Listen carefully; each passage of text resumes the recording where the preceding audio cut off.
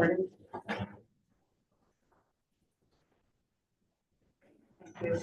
Good morning and welcome, everyone. Let's start with a review of the minutes of the last meeting. There's a motion to approve. Second. All in favor? Any opposed? Actually, can't see. They were both in favor. They were both in favor. Uh, Okay. Yeah. All right, excellent. Good. All right, so let's dive back into our discussion and take it up with where we left off, which was the private plans.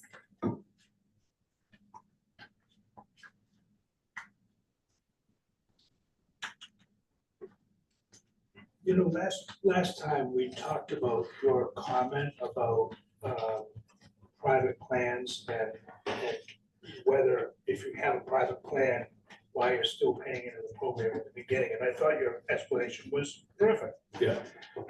There are your comments that if I can get the private plan set up, I shouldn't have to contribute to the public plan. Yeah. And I thought your comment was great, yet I really felt uneasy last week. And the unease is that from the public piece of it, if I'm contributing a year before I can stop Yeah. because I want to do my private plan, and I do my private plan, you know, I don't get access to those funds where the state does. You know what I mean? I'm paying for a full year into that program before I could stop paying, where those funds could have been available to me to fund the private plan that I'm going to do. If it's self-insured, yes. If it's self- I would agree with that, self-insured. yeah. So that's where I'm having my angst with it. I want to apply for that private plan fast. Yeah. And I want to get into that stop payment as quickly as humanly possible. Yeah. So that's where I'm uneasy, and I'd like to see us make some headway on that Yeah. issue. Would you be willing to begin offering the access to benefits sooner if you could get the private plan approved soon? I don't know. You know, the private plan is going live or the public plan is going live. I think I should match that. You know, the whole thing is, the state's gonna get all this money coming in to fund the public plan. I feel I should have that same ability to fund my private plan and have it work. So to counter that, what if you have all intention of doing a private plan, so you don't pay to the state, then you're working on your private plan, and even though maybe it's approved but not live, and then when it's time to go live, you change your mind. And the law clearly states what I have to do. I have to pay it all in, including the employee portion, Mhm. before the due date. That's how I understand the way the law is going to work. I've got to pay that in. There's nothing in the rules now about the declaration, but I think if we went the declaration route, we'd have to, put in a piece that it would be retroactive payments based on the declaration date, paying back to that date. And I can't charge the employee portion. Correct, because I wouldn't want the employee charged all the way along. Right. Yeah, and then have the private plan go through, like, that doesn't seem fair to the employee, so. Is that an enforcement issue? Like, is that gonna be hard to get that money? If somebody failed to follow through with the private plan, we'd have to chase people down. You would imagine that they would be appealing a denial at that point, at least once, if not to district court, with the APA procedures. So we'd have to enforce it, yes. You could change their mind, but you could also be, it may not be approved, right? I think. Right. Mhm.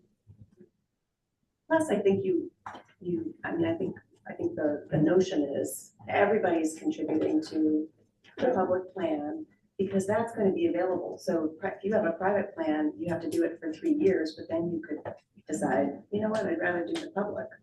Right. And there's no waiting period.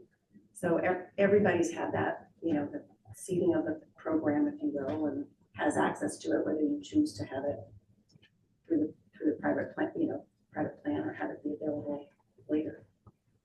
get it. I have a couple. But that is real money It's that real can money. go towards a private plan that that Tyson certainly is able to do. And I'm sure we know there are multiple other companies that can do it. And that's what it's real unease. I loved your explanation the other week. It's okay. But I sat with it and I said, oh, I don't like it. Yeah, well, and that would apply to self-insured plans only. How many of those would you expect, or if you had any idea? So looking at other states, it's a very small number. I mean, it's less than 100 usually for states roughly our size. Connecticut's, I think, 66. Massachusetts, I think it's 100 or 200. But they're all the very largest companies, the huge companies. The ones that can self-insure are the ones that have obviously the most money to pay benefits. So it's a smaller number of employers, but a very high number of employees. Yeah. But yeah, I think that it all goes back to the foundational kind of argument of, you know, what is the purpose of this lead up year? And the trust fund is going to exist to everyone's benefit forever after this. Right. Although I can certainly understand, you know, Maria's written and put about the starting benefits early, you know, I think is a potential compromise we could look at for sure. You know, declarations obviously is another one, but we talked about uneasiness with that concept. So give me the declaration piece of that again. So the declaration, the way it's been done in other states, and I mean, other states have kind of structured it differently, is you would have a period either before rules are finalized or shortly thereafter, where somebody could just declare out saying, you know, I intend to self-insure or I intend to buy a fully insured private product to go live by the time that state plan does, but you're not actually submitting any plans yet. It's just a declaration of intent. Okay. But then they actually have to, in that year and a half lead up, go out and purchase a plan once the private market exists, or self-insure and have the substitution approved by the time the go live date happens, you know, May 1st, 2026. And then if they change their mind or they fail to do so, at that point you charge retroactive premiums to back to the date that they declared out. But I think we spoke about the unease of that, you know, last time, is that it's still a bit of a guess at this point because, you know, the private plan market doesn't exist yet. I know the insurance companies can put it together very quickly. The people don't know the prices of these plans yet, just assume. And I mean, correct me if I'm wrong on that. And also, you know, so there's the risk of also substantial equivalence. And I think that's more so with self-insurance. You know, I assume the insurance companies are going to use a higher standard, probably of greater than or equal to, because they want the surety, I would imagine, in selling a product they know is going to be compliant. But I think self-insurance with the standard of substantial equivalence introduces a little bit of risk in terms of people putting together plans that may ultimately push the boundaries to not and be denied. Well, wouldn't a self-insurance plan, I mean, when we self-insure our medical, it goes to a medical insurance company. Yeah.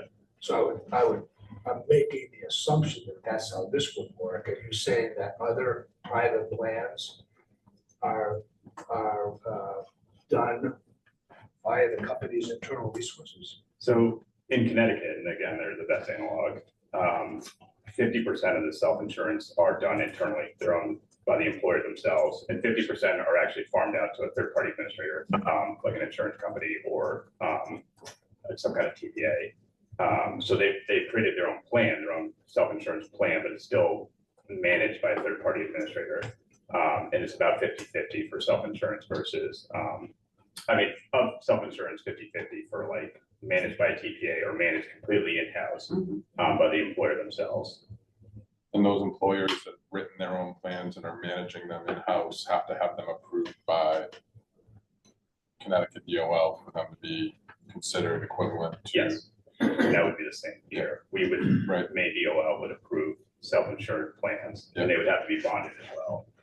So if they fail, that there would be some money paid back to the fund for just that exemption period. But then it's the whole question that, like, after the 3-year exemption, everyone has a choice to come back in if they find the state plan is cheaper, you know, versus self-insurance or private fully insured plans.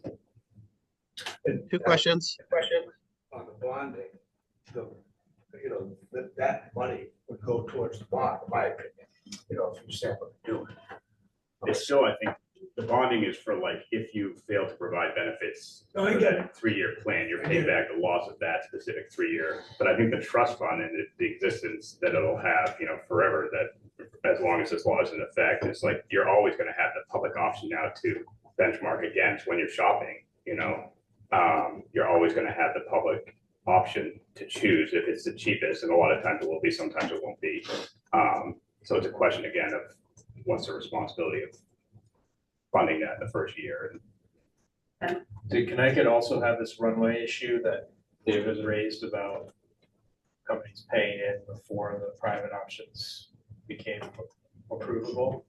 They have, of all the timelines, they had one of the tightest ones. They're probably closest to us. The In self-insured, other words, companies were paying in Yeah. and may have opted out or been approved to be out later.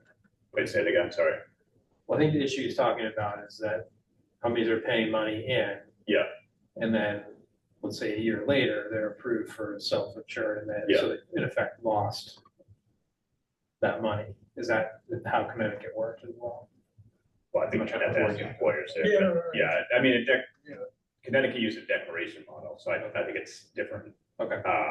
They had a declaration out in the first year, but Connecticut's also different in the sense that they're also the only state that requires that companies vote in favor of self-insurance or fully insured products. So actually, to even have a private plan exemption in Connecticut, 50% of your employers want it, or employees have to support going that direction. Which is why their rates are much lower than other states. Yeah, but my question is, even before all that happened, were companies paying in? No, because they had a declaration. Okay. Yeah. I think That's Sam what's up. has something on too. Oh, thank you. Sorry, Sam. Yeah. What? Yeah, I'm typing and whatever's easiest for you. I'll just start shouting, which I normally do, or I can just type comments. So my two questions. First, I still haven't dug into the 4,000-page actuarial report on this in terms of the financing of this program. But do you know what they used for the amount of private plans? Did they They put didn't that actually- assumption in there that there was going to be a percentage of private plans used? Yeah, so the way they address the private plans in the actuarial study from the commission is they didn't provide any percentage that they were guessing of the market that would opt in or out. And they thought that the ultimate effect would be zero, in the sense that they were saying that larger companies would opt out, but that also pulls out the benefits. But what it didn't account for is the first year lead up and the loss of revenue in that first year. They were looking at the net zero once benefits had begun. So it was a very kind of quick analysis of private plans that it didn't look at the first year lead up to revenue. Right. I mean, my concern is that, we get to the 16-month mark, people pull out, the state realizes, well, we might not have enough funding, more people are using this than we expect, and we're going to have to go up on rates. And then will that be mandate? Will the rules change for the private plans as well? Or is it as long as they can provide equal or more benefits to their people, the rates don't matter? I'm just worried, we get started, we get towards insolvency, and then the rate goes from 1% to 2%. Yeah, so the way the statute's written is we're capped at 1%. Okay. And there's two kind of levers we can pull in the statute there's actually three. There's three levers we can pull if we're faced with insolvency. In February 2026, we're going to be presenting an actuarial study to you all, and you all will actually vote if we're ready to start benefits on May 1st, 2026, or delay that by another 90 days if we feel the fund needs it, which would delay the benefits to April 1st, 2026. So that's the first lever we can pull before we actually begin. The second lever is the actual premium rate. So right now we're at the maximum, just to start, but if there's enough funds in the trust fund down the road, that premium rate can drop below 1%, and it will be dropped or it will be adjusted annually after 2027 based on the amount of money in the fund. And so that's another important point, because I've heard comments that this money's lost, quote unquote. This is not general revenue. This is all self-contained trust funds. So the amount of money in the trust fund sets the premium rate for everybody else. So that's an important consideration as we debate this, is that the premium rate is set by the amount of money in the trust fund. It's pretty straightforward. calculation, it's 120% of the claims from the previous year minus the amount of money in the trust fund assesses the premium rate for the year following that. So whatever is in the trust fund is going to set the eventual premium rate. If we're at the 1% and we're still insolvent and we've already pulled that delay trigger, the only other lever to pull in the statute at that point is to drop the weekly benefit amount, the max benefit amount. And I think Washington has run into that issue where they had to go back to the well for $200 million, but they didn't have that secondary lever that they were at their max benefit amount. They didn't have that secondary lever to pull that they were facing insolvency, but they couldn't drop the weekly maximum benefit amount, which, I mean, no one wants to do, but we do have that in our statute that if that's the only other lever we can pull, that's the lever we pull. And you're saying that it can't increase the premium amount We can't go above 1% per statute unless, At all, unless the statute is changed. unless the statute. and that's for the first 2 years, 3 years, yeah. 3 years. But as Like I read 5.6%. statute, Nancy, the 1% is capped forever. 1% is Yeah. not forever. Oh, We yeah. can't go down for 3 years. I don't think.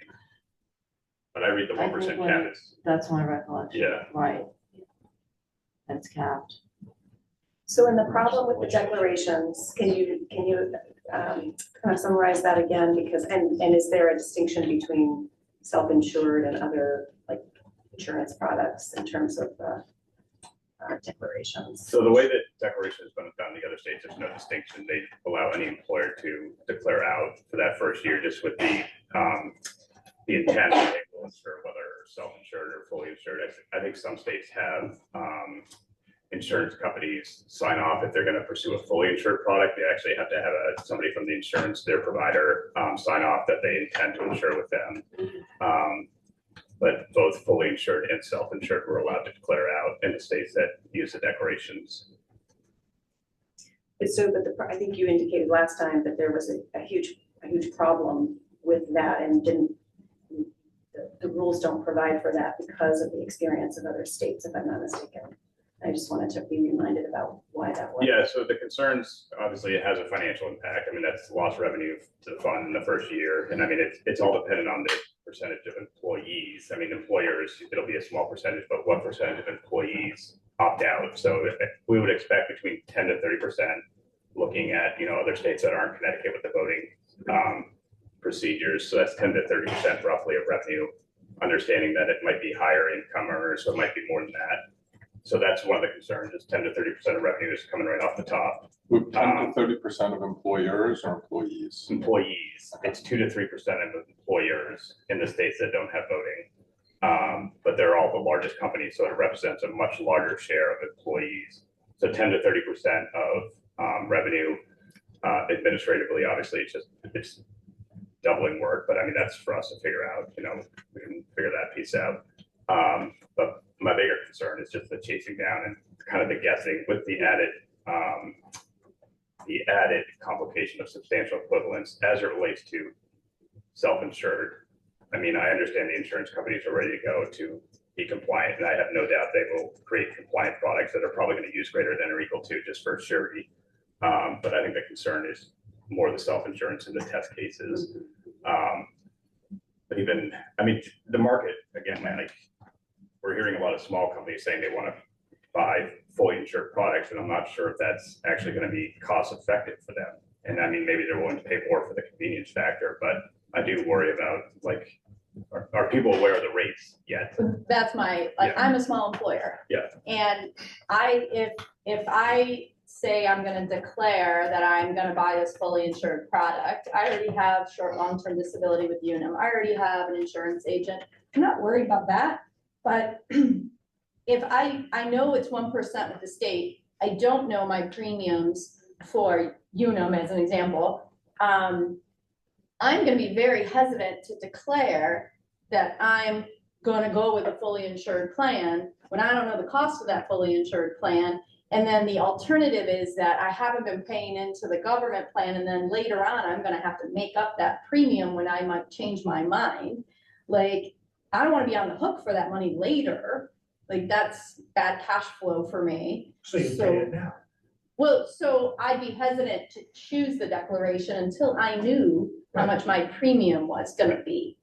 So it seems like Insurance companies aren't ready for those premiums yet. Well, I because think- they're still waiting for the rules to be. if I knew Right. the amount, then I'd be willing, if, you know, so what I'm wondering is if, yeah, there's that compromise of you can, if you have like, not just intent, but I've, you know, either started my plan already, Yeah. or I have signed a date and have the premium and have the paperwork and my contract Yeah. with the private plan. And, okay, I have a contract with the private plan, it starts this date. Yeah. And now I can declare. And until I do that, I'm paying into the state plan. So obviously there's incentive for both you and the insurance company to try to move that along faster. Yeah. But then you're also not trying to come back to people later, and you're not trying to, and I feel like it could be an incentive to companies to offer these benefits earlier as well. And then that's good for employees, because now they have these benefits, they don't have to wait until May of 2026 to get them. Yeah. So, and that was my proposal, is that it Mhm. seems like it's a compromise where you don't, we're taking a more cautious approach in terms of fiduciary obligations, right, to keep the fund solvent, but also incentivizing employers to, if they're gonna go with a private plan, to provide those benefits sooner. That's a sure bet. Yeah. But I get your concern. Yeah. I mean, there's no perfect solution here, right? And is there an issue with, you know, the bigger issue is for the person that's doing it themselves versus Buying an an insurance insurer. product.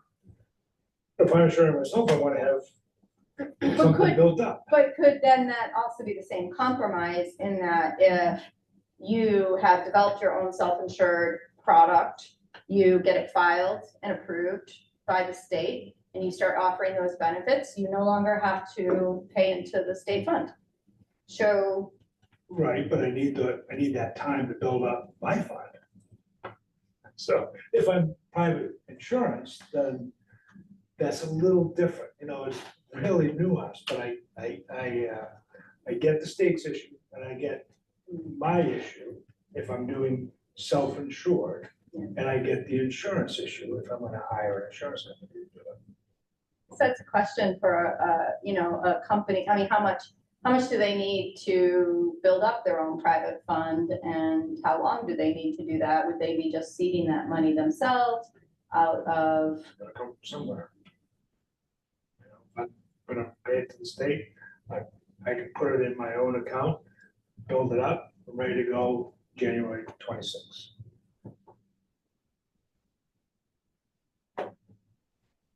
Yes, Michelle? I think the other issue too, we're forgetting is if the employees aren't paying because you've declared into the fund, no one's, and then they leave, they can get benefits that they technically haven't paid for. Make sure we're thinking about that. Yeah, in that first year, everyone's gonna be freely moving around, so you got people paying into the state fund, people not paying into the state fund, if you get a Right. declaration If or you did a whatnot, declaration, yeah. you're not paying. You have people moving around that have paid and not paid. Right. Because obviously the trend right now, everyone's moving around. That's a good point.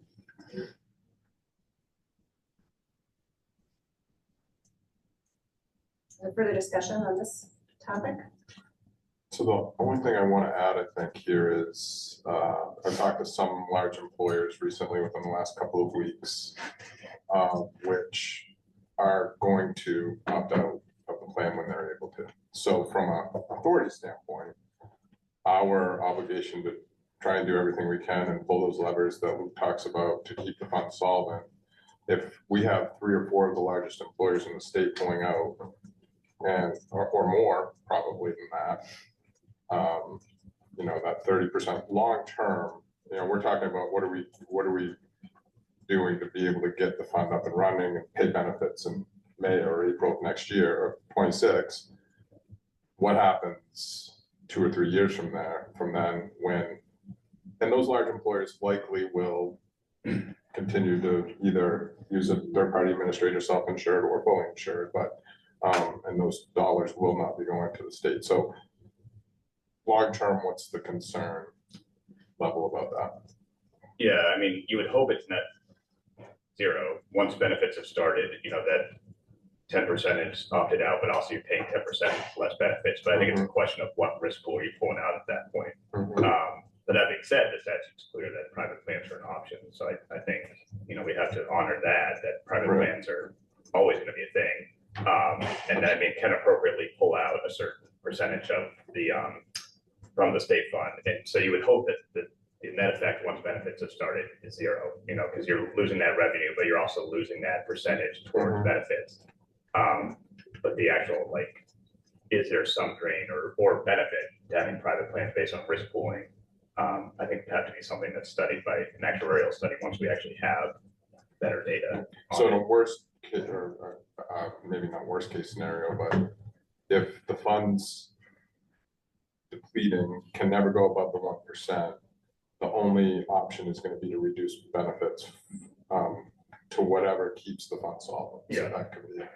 Or the statute would have to be changed. The good news is 1% is on the higher end. I think it's the highest. I don't know if there's a premium rate higher than 1 in the nation. A lot of states are heading towards 1%, but like you hear about Washington, where they had to go back to the well for 200 million. They also started at 0.4%. So that was probably way too low to start. So I think the 1% is hopefully good enough to cover us. And the actuaries study seems to support that. I'm not aware of a premium nationally that's above 1%. So the hope is to eventually move this premium rate down. Like I hope in 5 years when we're talking from now, we have a premium rate of 0.7 or 0.8. But I think the 1 is a cautious place to start, just to make sure that things are running smoothly for the first couple of years. Is there probably data available from other states that demonstrate how many people access benefits in the government plan versus the self-insured or private plans? Because they have to report that data, right, to the state? It's probably out there. I don't have it. But you mean like per capita, because like the opt-out rate is like 10 to 30%, but you mean, is there a higher usage of a private plan versus public plan? Well, yeah, because that's the issue, right? To get to net zero is if you've got higher usage in the government plan than expect, then that's where otherwise it should be net zero if it is like the same pool of people. And their opt-in rates are the same, their usage rates are the same. It's a good question. I would love to see data on that, honestly. Yeah, because that would answer this question. That would answer this question. Yeah. Because you would imagine that the people opting out are probably going to be lower risk because they're priced at that, but that's an assumption. I might be 100% wrong about that. I would love to actually see our data. I'm just thinking from Maria had mentioned a compromise in her remarks. This just dawned on me, and I don't even know if it's possible in the statute, but could a compromise be that for employer, if we had a declaration, employers pay 50%, but 0.5% in if they declare, and then so they're paying essentially what the employee would, the employee's portion, so that those employees would be covered. And then they would obviously be on the hook if they didn't put a plan in place to pay it back. But is that something that could be considered? I think so. I'm looking if it's within bounds of statute. Yeah. You have less money to chase down if they didn't. Less money to chase down, but more money than a full declaration if an employer's opting out. So they'd still kind of have a hook a little bit, And it solves your problem of Affordability. rules. Yeah. Right. And put some in the fund. Right. Yeah. So employees would not be charged, it would just be the employer paying the employee portion, and so if they ended up not getting approved, they would then be on the hook for the other 0.5% retroactive, is that what you're saying? Yeah, I think it's, I'm thinking it's probably a little more nuanced than that, but because I think employers over 50 or 15, they can choose whether or not they're gonna charge the employee or not, so that if they're going to have the employee pay, it could be the employee's money, I guess is what I'm saying. It doesn't, but whatever that 50% is, whether it's the employer who's going to be paying the full 1% or just collecting the employee's money so that it solves Michelle's concern, there's still 50% of that 1% going in to the fund Yeah, if only, and again, just for those that would declare that they're gonna have a private plan. That doesn't sound like that would be allowable by statute. Yeah, The employer has to pay. It would, Employer. I would say the employer has, that Okay. doesn't seem, Yeah. I probably have. deduct from employees all the way Yeah. along. So then the employer. The statute allows the employer to deduct up to 50% Gotcha. of their required contribution. But the employer always has to pay. So, but in your Yes, thing, they could say, okay, we're gonna pay a quarter and we're gonna deduct a quarter. yes, so could that be possible? Well, I wouldn't be comfortable. I'm trying to think this through. I'm not sure I'd be comfortable deducting from an employee during a declaration. Because they have the. They have the control. You're not electing for this. Right. Right, They have no power in this. They're already gonna be upset. If, I mean, there's hardly anybody representing an employee in this room. I'll point that out. But I mean, I'm already gonna have to explain to my coworkers why they are having to contribute money when they don't anticipate possibly ever utilizing this program. Yeah. So I think it's very important that you continue your thought. I didn't interrupt it. I'm glad you're uncomfortable with it. Yeah, no, I'm uncomfortable Yeah. only withholding employees in that first year and a half and letting the company not. That doesn't seem like a fair balancing of that risk. no, I agree, I wasn't, I probably wasn't thinking. But out to your loud, point, but- like, should they pay 50% up front as the employer? Like, Right. that's an interesting, that's never been done before either. Yeah. Well, that would cover the option of the employee leaving, right? Correct, yeah. And then it would help cover that. It would also make sure that it would help the employer because they're only paying half what, and they could take the other half to fund a self-insured plan. And then it would also, Incentivize. it incentivize, it would also kind of get them on the hook a little so that they have to be serious about what they're doing. Because there's, it's not like I just declared and I'm not paying anything and you gotta be serious about it because there's some money going places. So you have to be thoughtful about what decisions you're making. It's great. I was looking at It's always great. That's great. Is any of this even possible? Yeah, I mean, statutorily? what the statute says, an employer may apply for approval to meet its obligations through a private plan. Okay. And then the state has rules to say how those obligations are met. It says nothing about timing, so I think timing is within the province of rules. Yeah.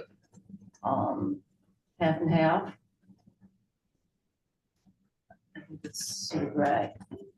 Well, it's an interesting suggestion. Yeah, it Yes, is an definitely an interesting interesting, yes, suggestion. yeah. I mean, there's ways to make small changes to clarify the statute. I think it's an interesting suggestion. I'll go back to my proposal and see if there's any traction or appetite to go in this direction. It's just another lever that you can pull. Well, I was gonna just go back and see, so my proposal would be allowing employers to apply for the private plan sooner than January 1, 2026, provided that they have to continue to make their contributions into the program until they have a private plan that has been approved and gone live. So as soon as that's available, which we understood from the Bureau of Insurance would be within months of the final rule being issued, any employer could decide to apply for the private plan. They have to contribute so that the program is seeded. They apply, they presumably will get a response fairly quickly, as we understand it. And then if they go live, then they don't have to contribute to the public option anymore. And I think it's a good compromise, and they're not waiting for the 15 months of paying into a public option when they know they want to go private. It incentivizes employers to provide the benefits earlier if they can. The employers have control over that. They can wait and see, and see what the premiums are while they're contributing to the public option. And everybody's contributing to the public option, so there's some money that's gathered there. So I don't know if there's interest in this group to Oh, yeah. to go in Yes, that direction? Yes, definitely, Yeah. definitely. I'm not saying no. It's just, if I go with an insured plan, I'm not gonna have to worry. It's when I It's do it self-insured, self-insured. That's No, I when know, it gets doesn't me. address the self-insured Yeah, folks who right. I'm not Are gonna wanting anytime. put their money to build your reserves. Can those, can those be carved out separate? I mean, they're separate in the rules, right? I mean, there's differentiation between being self-insured and being fully insured. So could there be different rules for each? They have to post a bond, right? What about the timing of the bond and how much is the bond? And is that something that could provide the Department of Labor, or allay concerns about recouping? The bond is more if the plan fails in operation. And it's usually like, I think I mentioned last time, Massachusetts, LA, because of no, sorry, Connecticut, LA, because it's more simple. And it's just 1% of your payroll for the year of the exemption is the amount of the bond. So if your payroll is $1 million, 1% of that for 3 years is the bonded amount. So the amount of money you would be paying into the fund if your plan fails. In terms of carving out separately for the rules, the two plans, I mean, yeah, and it's still kind of that, the compromise one is an interesting one for Rhea's point. I mean, I think I said last time, I'm more comfortable approving plans versus declarations. Because under the statute, self-insurance is a subset of a private plan. Okay. So it's not really apples and oranges, it's a subset. Because some of the arguments I heard for self-insurance is we're doing it now. And I can understand that if you're starting from zero, you know, you want the lead up time. But I think a lot of the arguments we were hearing is like, oh, we have a self-insured plan that we want to beef up now. So I'm not sure, can you just delay that cost to when the actual substitution starts and do it then? Would be my question. That's just my thought. Say that again, Luke. So, well, because I mean, a lot of the comments we're hearing about self-insurance is like, well, I have this now, I have 4 weeks or I have 6 weeks, we just want to augment that and then apply for a substitution. So my thought to that is why not just offer that augmentation, whatever substitutions are opened up, and whether that's earlier is, you know, I think a question for this group to provide input on. But why would you augment now and then not offer that benefit later? I guess I'm trying to get this straight in my head, but you know what I mean? I think I don't want to put words in your mouth, but I think what David is saying is that they need time to build the reserves seed to their be own able to program. operate, Yeah, seed your own yeah. program. But I don't know if there's a way out of that box, unless you write a declaration, you know, just the three declarations, which I think is what you prefer, right? Well, yeah, I mean, I want to be able to, it's all about cash flow and how you make one of these things work. And I've never run one, so what do I know? But Tyson's done a lot, so I don't doubt their ability to figure out a way to get it done. Well, and just one more thought on that as I'm thinking through, like, I do then worry as the state a little bit about the risk of that then, that if the year is needed to see that program, is that program going to be solvent? Because ultimately that our trust fund needs to catch anything that's not solvent, you know what I mean? Our trust fund is the catch-all, the insurance program to the insurance programs, So you'll be bonded. only for that 3 years though. So I mean, we would have to subsume that plan ongoing if it's not working out. That's a good point. But it comes right back into the same program.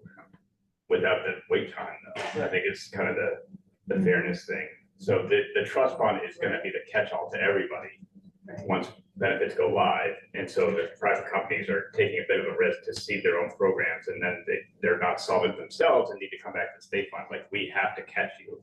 Like, the state fund has to provide coverage always. It is a trust fund. It's like the Social Security fund that catches everybody if the plans fail.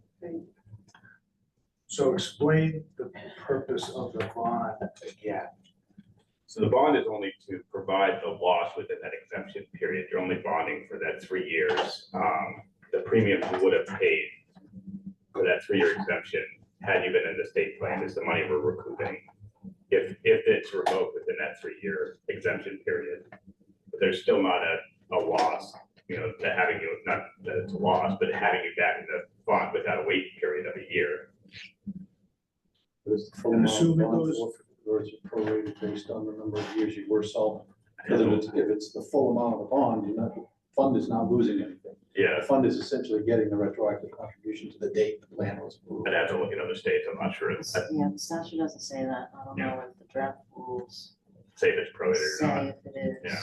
Do you know anything about bonds? Do you know if bonds say that or no?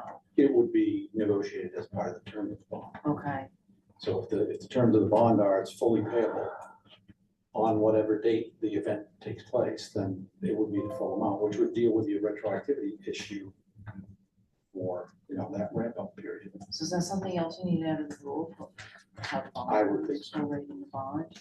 I would speak to whether or not it should be prorated. Does the rule now say what, who's telling a company how much the bond has to be? The state would determine that. Okay.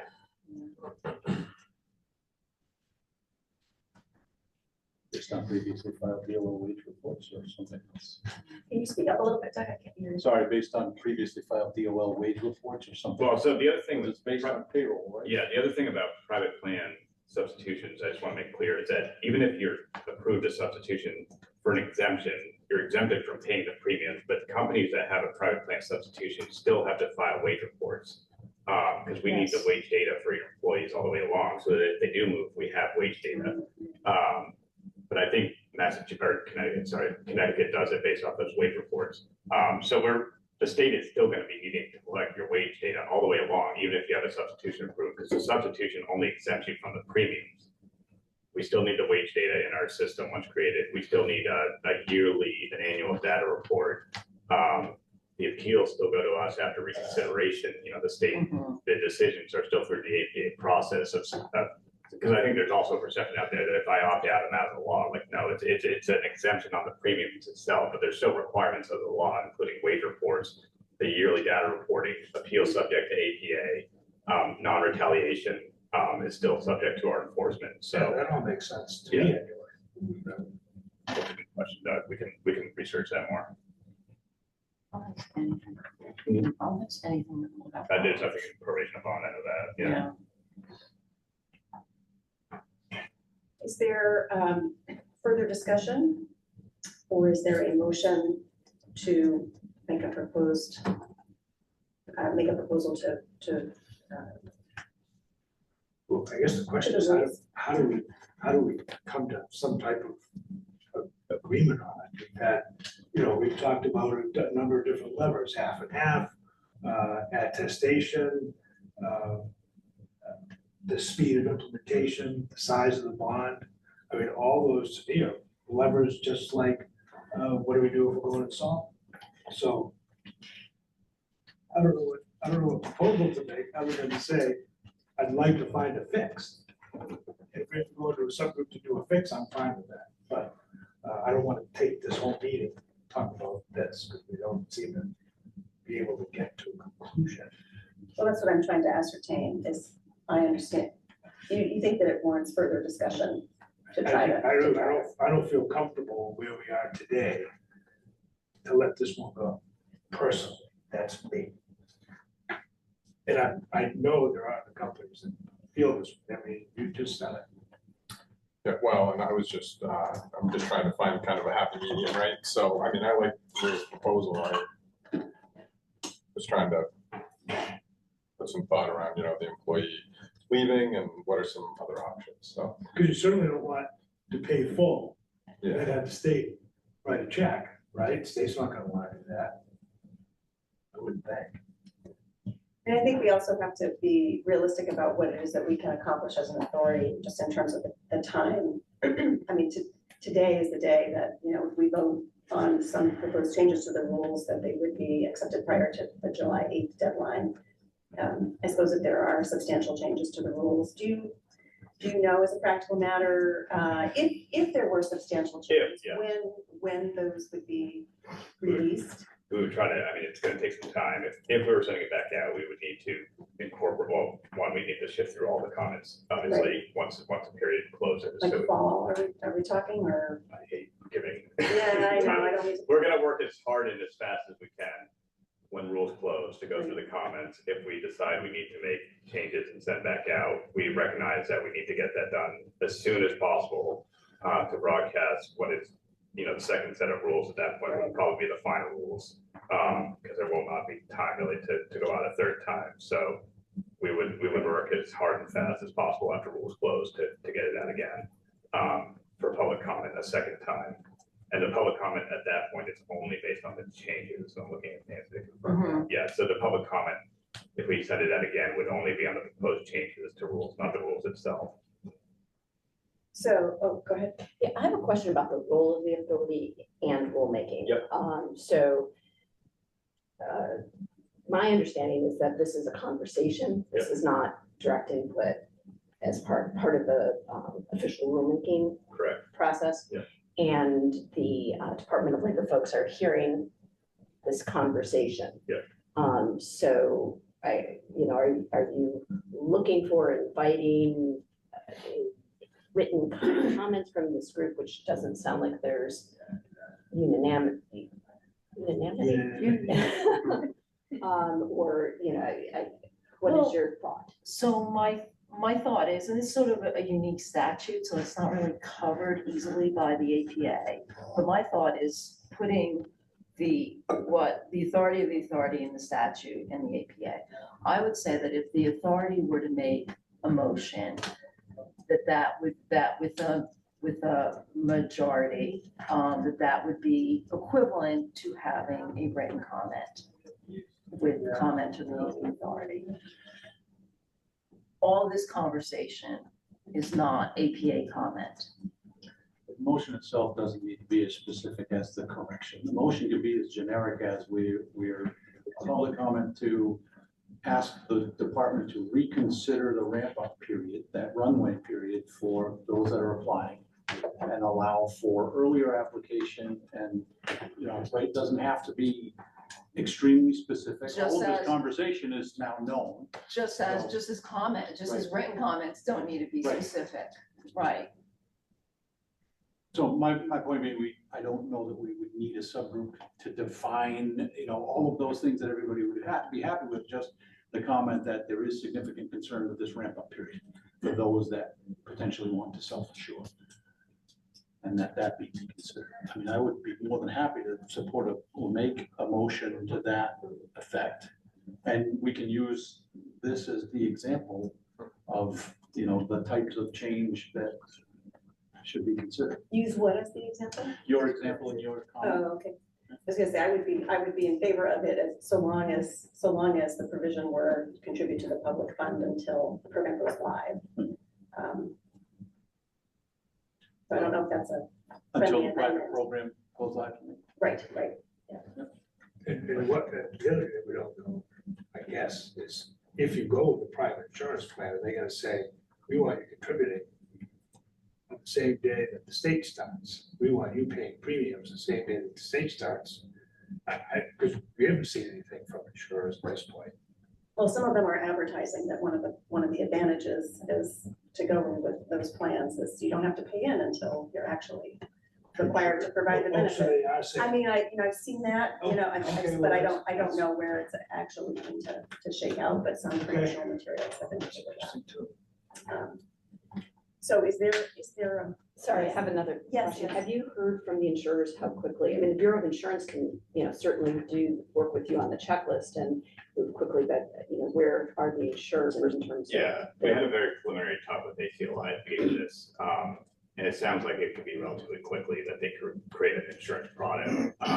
And I'm sure they're looking now, at the regulations. So that, again, no one wants to commit to dates, but I heard it as pretty quickly after rules are adopted, finalized and adopted. They could start crafting products to then submit to, BOI and us to look at certification of fully insured products. Because the first step for them is to create their products, send BOI and us, we'll work on our checklist to check for compliance. And then we'll certify plans for them to then sell to employers who can buy the plan. And then the employers will submit the substitution of the plan that they bought that is previously certified by us and BOI. Is the kind of steps, but it sounds like they're ready to go and connect quickly from the sounds of it, so. Is there a motion? Yeah, what was your motion? Go ahead, Steve. My motion would be that that we agree on a comment that the department reconsider the ramp up period for application for opt-out and potentially include this example. And again, with the understanding that employers would still be responsible to pay into the fund until their plans are active. So that plans are active, not approved. Active. It would have to be approved and then active. If that makes Right. sense, yeah. Okay, and what about the partial pay? Does that ride along with it? Or should- That would be an for, option? that would be for the department to consider on their own. It doesn't seem like that was really an option anyway. The 50% thing. So that's not part of Doug's motion. Is there a second Why to not? Doug's motion? I'd second that. You'll Sure. second the motion, okay. Further discussion? Sam had something in the chat, I didn't see what it was. Sam, you need to shout it out because go ahead. I know this is going to make Luke quiver. So my comment is, who at the state level decides when a potential change in the rules becomes substantive enough for the law statute to be revisited, brought back to the legislature? I know this process is not trying to address major substantive rules, but is there any historic cases where that happens through the rulemaking process, i.e. EV mandates and the BEP conversation that we just went through a month ago or so, just to keep this on our radar? I know we don't want this to go back. I know the Department of Labor doesn't want this to go back, but have we seen any rules changing greatly enough through this process where it does go back? So Sam, the way the rulemaking process is that at the end of the rulemaking process, and Assistant Attorney General needs to sign off of the rule for form and legality. If the rule does something outside of the existing statute, that sign off will not take place. Does that answer your question? It does. I I wanted that to be known to, I had a preview of that in my car dealer hat world with EV mandates and the BP authority. I just want that to be on our radar and be cognizant of timeline if that creates an issue in the timeline on this program. Is there further discussion before we take a vote? Just want to Dan? make sure that this doesn't preclude other options on this particular case, in this particular item. It doesn't preclude other motions. Fine. And the only additional thing I'll add, if it addresses anything that Sam just asked, is that my motion would be related to within the authority of the department for rulemaking, that we're not talking about reconsideration in the manner that would require statutory change. Thanks for that clarification. Just so I'm sorry, none of the conversation we have here is going back to statutory stuff, right? The authority can make recommendations as to statutory changes. But that's not what we're doing here. It doesn't sound like that would it would be That was outside not of the the motion. current agenda item, yes, and outside the Good, motion, fine. yes. So, We're not doing that today. Can, We need to take our business somewhere else, if that's what we want to do. Right now, we have a motion about what the staff is gonna be, what we're asking the staff to look at, and they're confined by the statute, so. given that, as I said, the department's gonna consider this motion as a written comment, could someone just, without interruption, just have one single statement of what the motion is? Because I have to say, it is not completely clear to me, so I want people to know what they're voting on and the department to know what the motion is. Doug, do you want to? I'll attempt again. my motion is that this group agree to submit a comment that the department reconsider the ramp-up period for employer opt-out.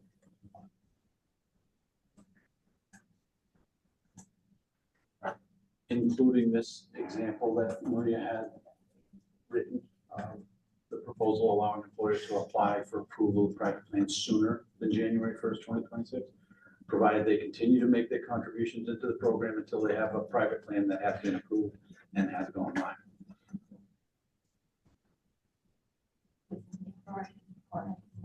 Within the authority of the department in rulemaking, correct? Okay, and so, and that was seconded by you, David? Okay.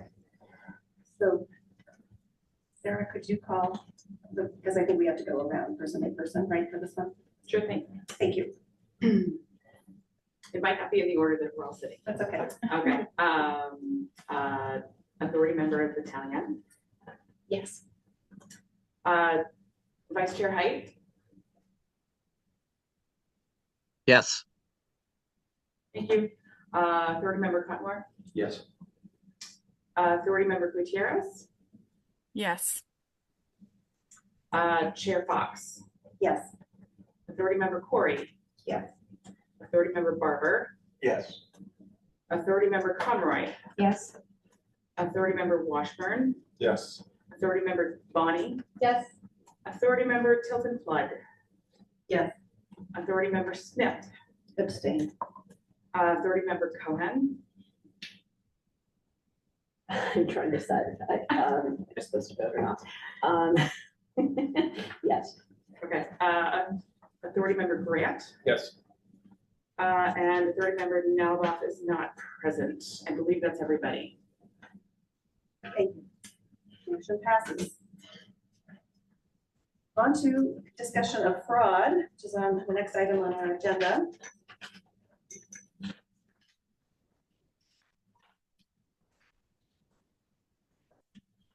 Any discussion? But I know there's a lot of comments about the leniency or perceived leniency of fraud in the rules. One point I just want to make on that is statute actually prescribes the 1-year prohibition for benefits if found responsible for willful misrepresentation, and also the language about may repay was also statutory language. So we were bounded by that. We can't increase the sanctions above that is in statute.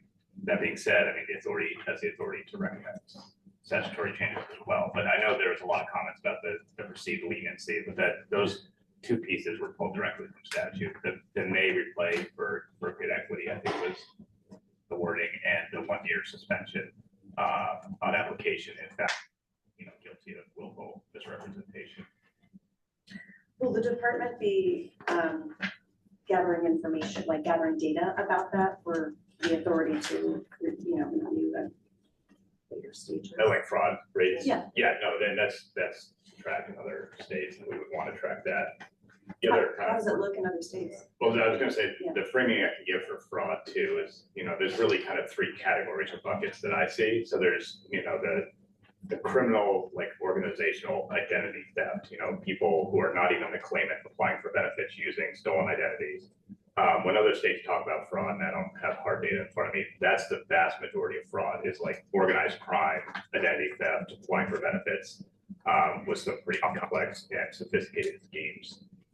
The second bucket is an actual claimant, providing individual benefit theft of their own case, whether they're misrepresenting their hours worked, their salary, or malingering their medical condition. That's a much smaller bucket compared to the identity theft, which seems to be the number one concern in other states with fraud is that identity theft, not individual benefit theft. And then kind of the third bucket is kind of just a more kind of moralistic of like, should this person take leave? And, we're not in that kind of, I've heard a lot of just perceptions about, oh, this person shouldn't take leave because they should be working or whatever. It's kind of more moralistic spin on if somebody is eligible to take leave, should they take leave? And, we don't want to become the morality police of that. So our focus is really on the criminal aspect. Is somebody either misrepresenting facts on their applications that would be benefit fraud? Or is this, somebody actually stealing identity and filing a false claim? But the primary source of fraud is the organized crime, the identity theft. Sarah, yeah. Just a question on that. Do you have a sense of what the employer's obligation is gonna be on that? Like if we're saying yes, signing off on someone's leave? Well, I think the employer review is actually gonna help on fraud rates, honestly. Yes. Because you all being on the employer side can be a protection that this person, they're right, they're standing here right next to me, so you can help provide information, I think that will reduce our fraud usage. So I think our employer review, not many states have it, to the same level we do, but I think it's actually gonna be an added fraud protection for us. That being said, there's still. But do we have liability as employers, I guess is my question. Look to Nancy for that. Do you have liability? I mean, no, I wouldn't think of it in terms of legal liability. I would think of it as very akin to what you do with unemployment. And we've caught a lot of identity theft through, because as many of you may sadly know, there were unemployment claims, but that were not made by the claimant. And many of those qualified employers immediately calling up saying, whoa. Because the employers sometimes would know the victim of identity theft would, whoa, this person thought, right. So I mean, there's that. Are you legally liable if you didn't tell us? I mean, I think that would be a stretch. Certainly weren't doing that in unemployment land. Okay, thank you. Yeah, I think fraud is a very serious concern. This is a serious benefit. This is one of the things that the Bureau of Insurance did comment on. And I think we would be in favor of a recommendation to have consider a statutory change, put in some parameters either similar to the workers' comp fraud or unemployment or something similar like that. So would we make a motion? Is that what we're supposed to do on this one, make a motion? Well, I mean, I think just in terms of what, the agenda is really to talk about proposed changes to the proposed rules. I think that making recommendations for statutory change might be the subject of another meeting. Tell me if I'm wrong about that, but. I think that's. Yeah, I mean, that's up to you as the chair running the meeting. I think on fraud, fraud's not gonna kick in and happen until benefits are paid. 26, that's So it. I feel like We got there's a little bit of time. time. And just to reference the statute that we're looking at, it's 850L 1 and 2 is the language that kind of dictates that 1 year, and then the may repay is that specific section, 850L 1 and 2. So based on the amount of time and the other topics, I would suggest that we consider any recommendations for statutory changes for another day, and focus on what we can do with the rules. And that's also what was on our agenda. And we have other things that we have to talk about related to that. Is there any further discussion about fraud or proposals to changes to the proposed rules relating to fraud?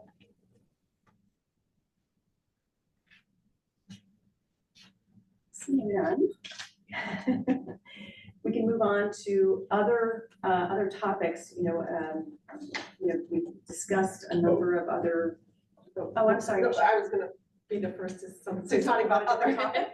Yeah, Okay, if you're ready, I didn't mean to. go ahead, interrupt you. please. I just realized in the last week or so, I had some comments. So one issue that I wanted to red flag was, it's common practice in our industry for servers to take home cash at the end of the night. And then that cash, they claim what they make, and then that comes out as taxes in their check. So often the check is very small or no check. And I'm just curious how they're gonna fund their 5% if they have no check.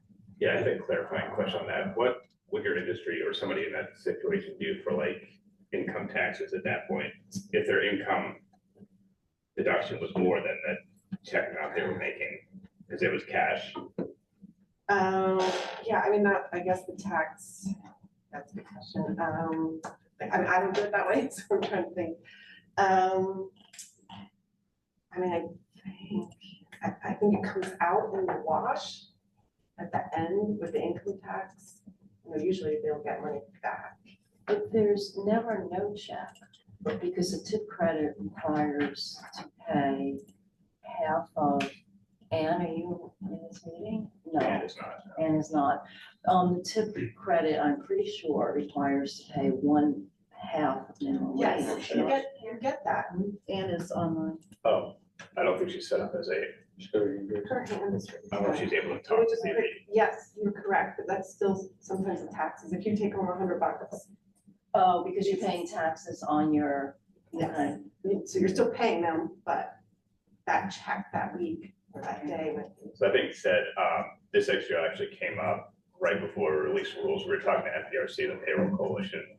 And they had issues with zero checks related to if you have a short-term disability policy that's paying wages, but the employer has to report on that down the road.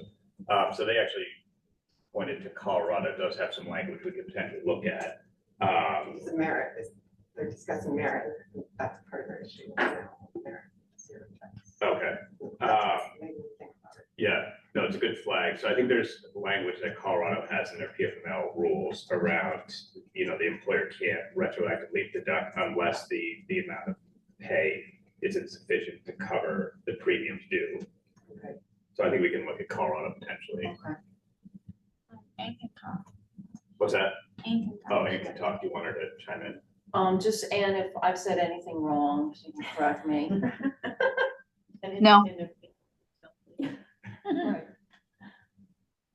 Ann said you didn't say anything. And it's Good our other Assistant Attorney General, Ann Macker, who knows more about wage and hour than I do. But no, it's a good issue to raise. I work on solvency. Yeah. Chasing after that money. Yeah. But we can look at the Colorado language potentially. Yeah. I don't have a solution. I just see problems. No, thank you for raising it. It was a good issue to raise, so. And just to clarify, I probably dig into these rules and make sure, but 0.5%, the percentage is based on wages, tips, bonuses, commissions, right? Yeah, so we're trying to use the UI definition of wages. Okay. And that includes tips, gratuities, commissions, bonuses, personnel services. All that's included in the state UI definition of wages. And not like benefits, like I'm just trying, here it is. Before deductions, including deductions for tax and premiums, retirement plans. Okay. Well, that language might need some work too. Benchmark the UI a little bit more, but our intent is to try to link up with UI definition, state UI definition. And that you could also work with payroll companies because they know all those line items that people, like, for example, my company's an S Corp, and so my husband has our health insurance, and because he's the owner, that is company pays it, but we get charged as income, right, in essence, as a personal family. So I would think that that's not part of wages, though. So the benefit of linking up with a prior existing definition is there's just all these individual Have been things answered that already. we don't Yeah. want to go in and reinvent the wheel. We just want to do what payroll companies already know. So if we can say we're using the state UI definition, there's answers for all these things. They're very complex sometimes, but there's answers for all these things. So that's our intent, is to pick a definition and we're thinking state UI.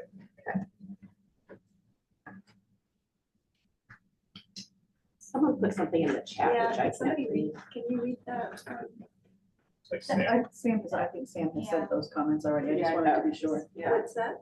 Yeah, that's already been covered. Okay, thank you. Wildly out of turn too. I apologize. You're fine. All right, we had some discussion last time about the definition of family member.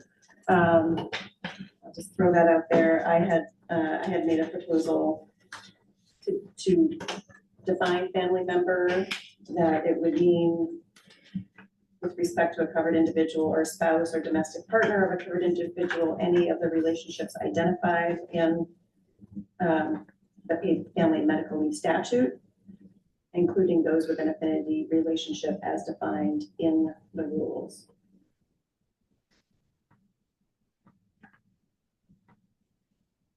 And I think part of what we talked about last time was that without the definition of family member in the rules, sometimes people are looking for what that is. There's reference to family member and affinity relationships within the rules, and that might help clarify without having necessarily to come back to the statute. Although you would to see the long list, I suppose we could put the long list in there. Somebody had mentioned, you know, employers might just be reading the rules rather than going back to the statute, but to keep it shorter, I was suggesting just to reference the statute. It's in there. I don't know with how you characterized it.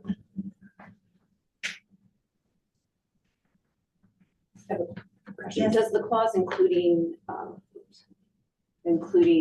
blah, blah, blah, I can't read all the way through, with a person with an affinity relationship as defined in these rules, does that change the definition of, are there different benefits that are available to affinity relationships than family members? So would it change? No.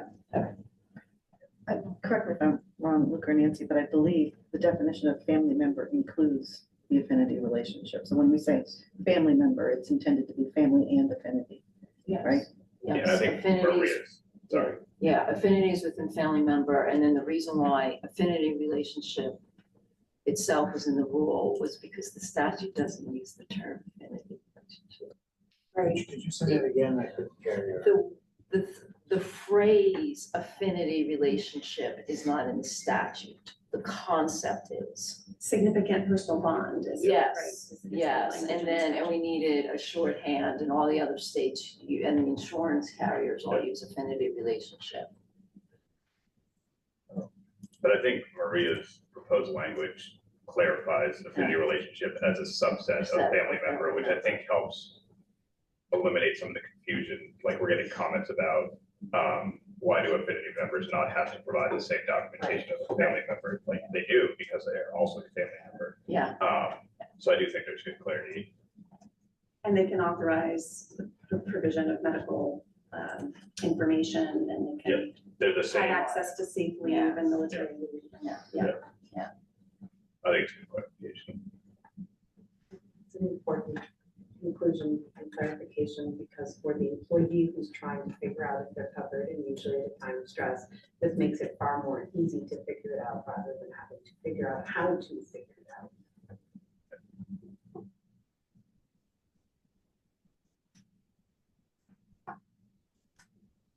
All right, well, I'll make a motion to make a, to add that definition of family member that I just described. Are we also defining the affinity as well, or is that gonna be a second? 'Cause That isn't could be the a second. affinity within the family. I think that could be a second, separate motion and discussion. But for right now, for the family member, Jenny seconded it. Is there further discussion? I just have a question. Yes. If that's okay. I was just looking up, because of course, when it comes home to roost, like in HR, right? You've got all these different levels of what do I qualify for, right? So I was just looking up the requirements, because I remember this back when we fought this out, for main family medical leave, and the definition's different, which I would expect, right? But my question is, do we just live with that, or is that something that will be statutorily addressed at some point? Probably outside the purview of this group, I get that, but where they can flip like that? Like if you look at the main family Yeah, I don't know medical off the leave. top of my head how they define affinity, you mean? Yeah, no, I have it here. Okay, They just don't address it because it's a newer concept. okay. This is an older law. So my point is, we're gonna end up with people who are like, oh, you get this, you don't get that, this doesn't qualify, this part of the leave, you no longer qualify for, because when you're done with the paid family leave, you're no longer gonna be eligible under, main family medical leave, blah, blah, blah. So it just, my point is, it's maybe beyond the scope of this group here, but it's another one of those things that's gonna come home to roost in a big way, I think, when we try to administer these things Yes. in an organization. And I just didn't understand, I'm assuming, like most law, things just sort of fall, they're on the books but not enforced. Maybe, is this gonna be one of those? You know what I mean? Like, The paid family? yeah, no, not the paid family, like, Yeah. yeah, like if this is a more generous Existing definition under paid family leave. Yeah. What?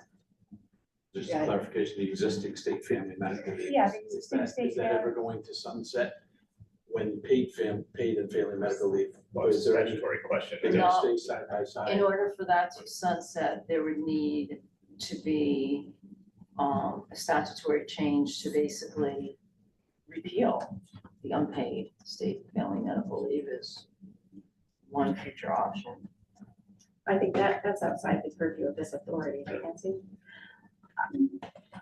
I mean, in terms of, I think that statutory recommendation could be made by this authority, because even though it affects the other law, it could just be that to Sarah Conroy's point, like, just have one law and not two. It could be, I think it's closely related enough. Has that been discussed? Like the fact there's two laws? I never, when I listened to the legislative session, I don't think that was ever discussed. I think was discussed that for certain things you look at the state law, if anything, but I don't think that was ever discussed.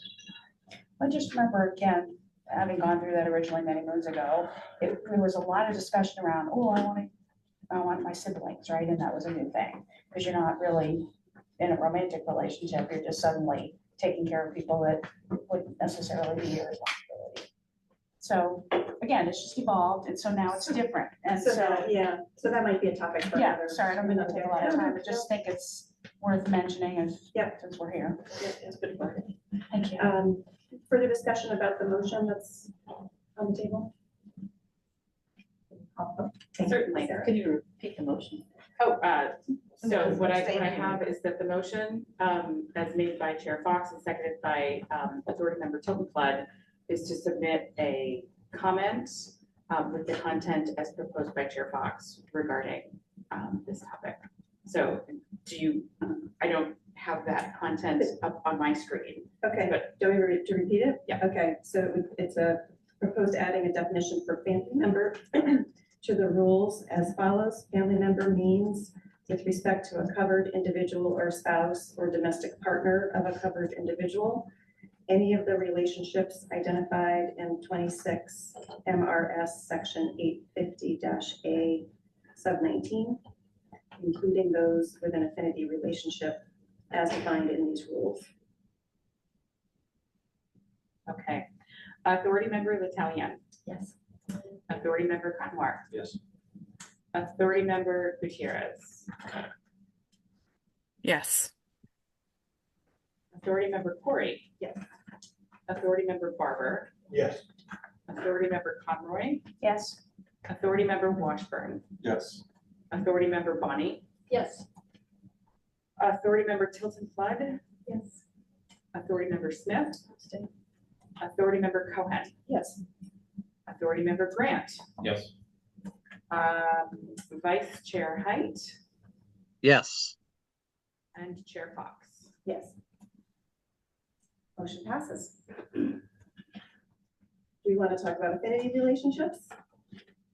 Sure.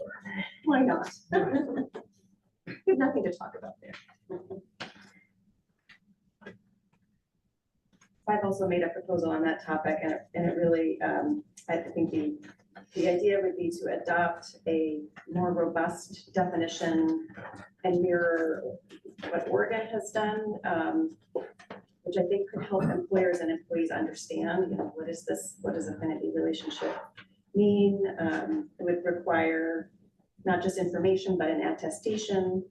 But my proposal also would be to eliminate limiting people to one designation, where if they have to attest and they have to, meet certain criteria, if they have more than one, I don't see why they should be limited to one, I guess is my point. I think this impacts a small but important group of people, and the statute, I think, is intended to be, to broadly recognize non-traditional family. So personally, I have no problem with what the, the attestation, and all the descriptions you put in there. I can't wrap my head around the one person per year, because I can't understand how that would change the outcome. Right, because you have to attest. It's not easy, right? 'Cause this is, if I'm claiming you, you have to attest that I'm the guy, right? Is that right, or I have to attest? You have to attest. If I you're have the to- employee, yeah, you have to attest. Okay, so, if I got 5, but I'm only gonna go for 1, why would I attest to all 5 of these people? That's where I threw the Is it, question mark. is it per episode or per claim, I think what Maria's proposing is removing the 12? removing the one Right. designation. So for instance, family member, you could take a claim for 2 weeks on your mother. You could take another claim for 2 weeks on your father. So there's not the limit of, you see what I'm saying? But if I'm really close to my aunt and uncle and they're elderly and one of them has surgery and then the other one has surgery. Under the proposed rules, I have to pick one. And Every 12 and- months. Right, per benefit. per benefit period. Because Right. uncle isn't included as family. Well, because even if I could show that we have it's like family, they're sort of like my parents in respects, the proposed rules would limit me to only one per calendar year, even if they both have medical events during that period of time. So my proposal is basically saying, if you can attest that that these folks are like family, I can take 12 weeks, and whether it's, 6 weeks for my aunt and 6 weeks for my uncle who are elderly and need help, or, or if it's the full 12 weeks for one, I shouldn't be limited to one. Or it's 2 weeks for 6. Could be 2 weeks for 6, right? That's already, in terms of traditional family member definition, let's say, your spouse and a child, that's already part of it, right? You could take part of your 12 weeks for your spouse and part of your 12 weeks for your child. Correct. You're limited to the total of 12 weeks, regardless of number of people. So by telling the affinity relationships, removing that limitation, you're not really changing anything. You're just still like the spouse and child. It's just now this person is maybe a cousin or something else. That meets the definition of an affinity person. Definition is being limited to the employee. Yeah.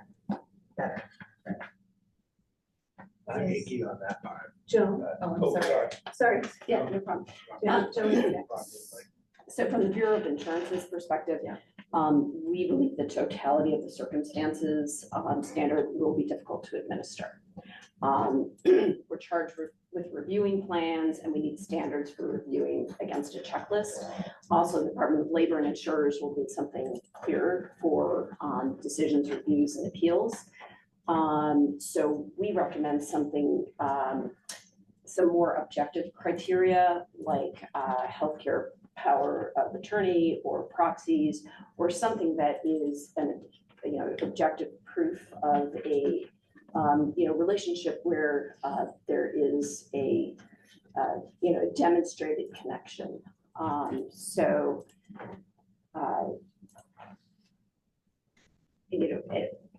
This is serious benefit that really deserves evidence of serious evidence of significance would be our comments. That tends to lend more support to the notion that there shouldn't be a limit to the number of affinity relationships. If there's more objective evidence, just like birth certificates and so forth, right? It's a 12-week cap either way. I'm not speaking to the numbers, just speaking to the criteria for demonstrating an affinity relationship. I would agree to not limit it if there was more demonstrated criteria. think the intention to limit it was because there was a fear of that definition wasn't Too squishy, right? Yes, and I think that's why the intent was to limit it. But I feel like there was more in the way of objective proof, like Joan said, I would agree it shouldn't be limited personally. And even an emergency contact, I mean, you know, we have neighbors that you don't have much relationship with, who might be, you know, your emergency contact. But, so, you know, these other kind of documentation are they just prove, they offer better proof, you know, of a relationship that necessitates this kind of benefit. That already exists. So, Yeah. Right. What about for safe leave, Joan, like what would be the demonstration? I mean, it might not be, I mean, you have a healthcare power of attorney and that is be the objective, you know, Yeah. criteria for I that. don't know if I have an answer to that, but let me think about it. So, but the Bureau of Insurance is checklists to approve a policy, not to approve leave. Good point.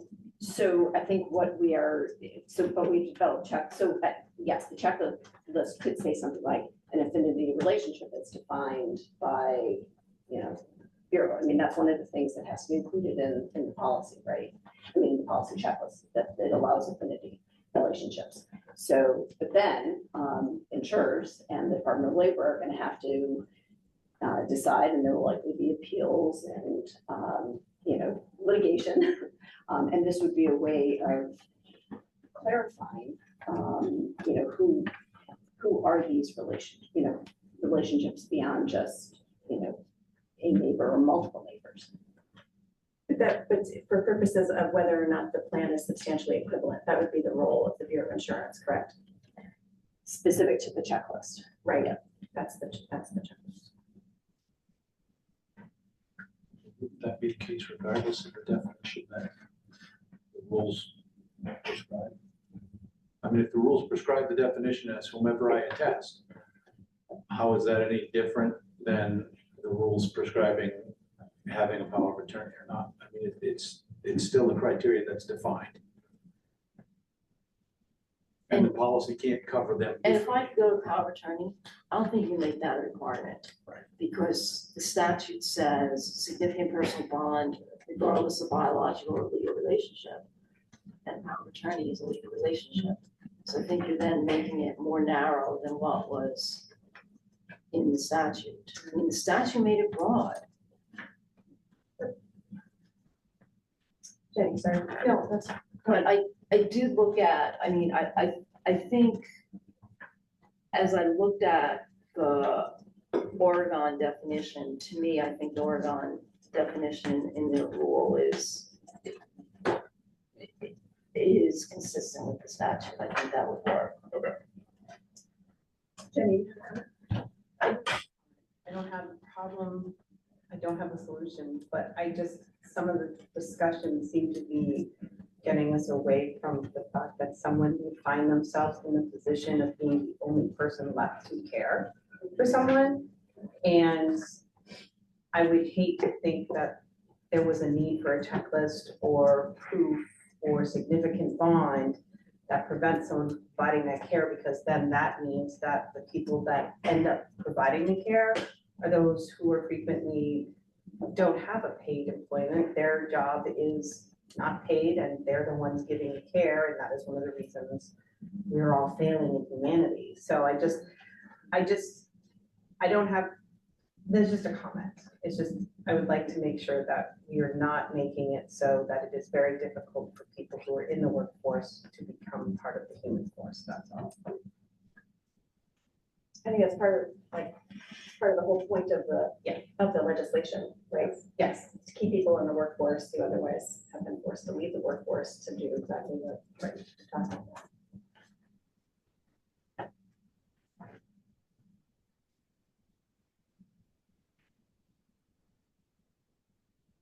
I'm in 100% agreement with more guardrails, because I do worry about squishiness. And And I haven't probably opening it up to unlimited number of affinity relationships in this case. My husband has 9 brothers and sisters.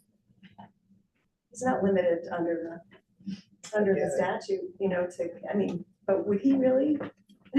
Go take care Would of he, one. would he be the one to, you know, Yeah. a week for each? I don't, you know, I think, Well, the only, I think part of the guardrail is 12 weeks, you know, and then Okay, and then that's the how you're guardrail. how you're taking the leave is, you know, is another piece, so something should be required, but I don't know why. There's people would- also yeah. an elimination period, right? Is there an elimination period in requesting? For medical. for medical, So- yeah, it's 7 days. Your own Wow. health. Just for your own, okay.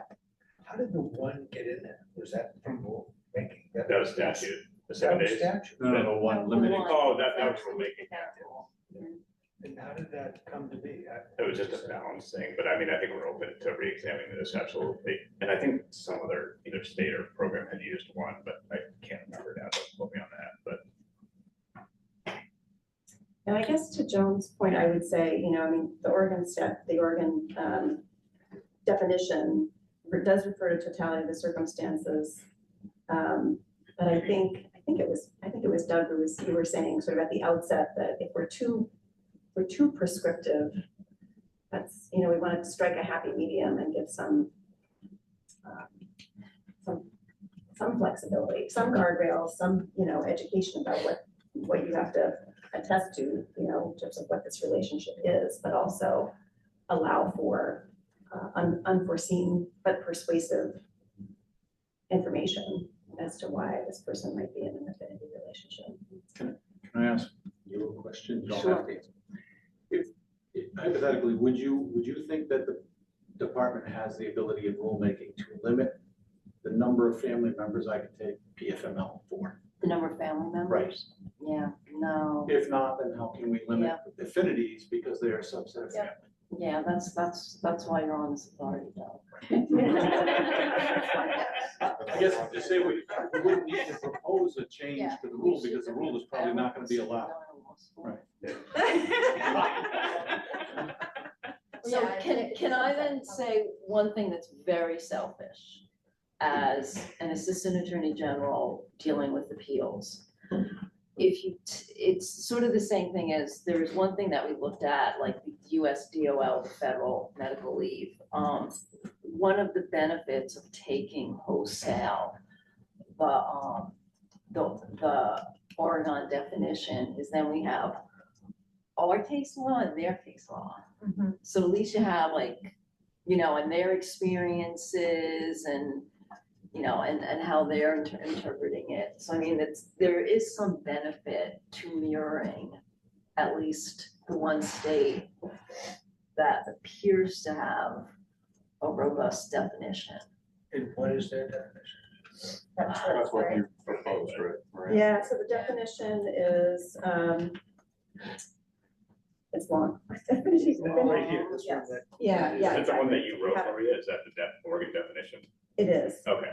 Right. Starting with the whole thing, like, Affinity relationship means a significant personal bond, and does everybody have a copy of what I sent? Yeah, and that's the Oregon.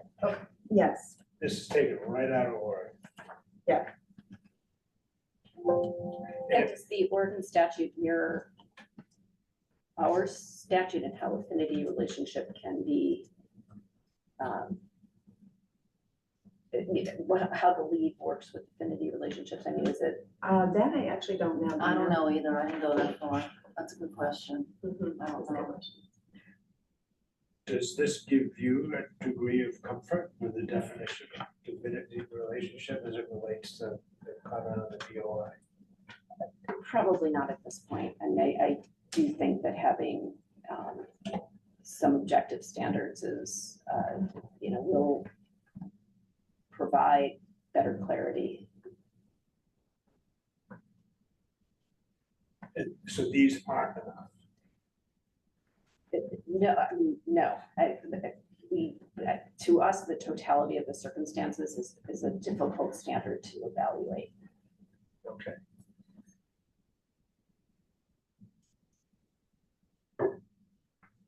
Any further discussion?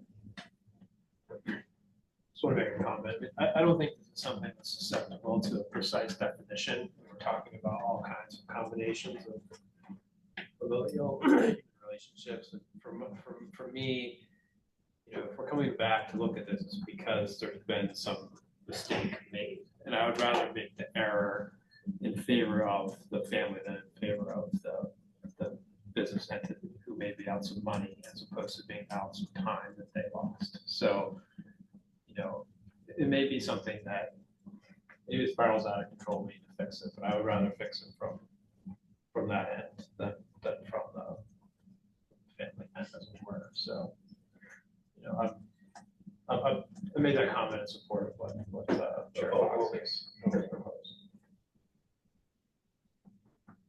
Well, also, so statute's broad, right, in definition of affinity relationship, is that accurate?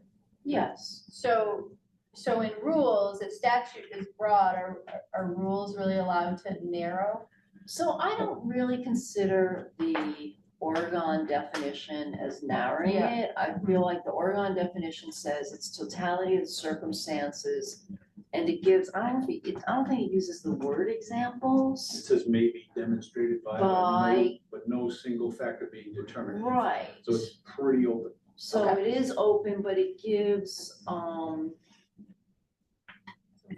yeah, it gives some guidelines, gives some guidance also to, and I don't know if this has been part of your thought, it gives some guidelines to the employee taking the leave, like, can I take the leave for this person? Is this person gonna fit within? Yeah, that's what I see this as being very helpful to the person who's trying to figure it out. And then also when they come to HR and HR is like, okay, let me see, does this work? And also if there is something that happened really quickly, this is easy to look at and figure out, because in those emergency situations, nobody's gonna wanna be figuring out if they qualify, or are you a family, are you affinity, and then, oh, I agree with the more than one because, oh no, I just took leave 6 months ago for my cousin, and now this other person who falls under the affinity, and now what do I do? And they're in that situation, they have to be the one who takes care, so how do you choose?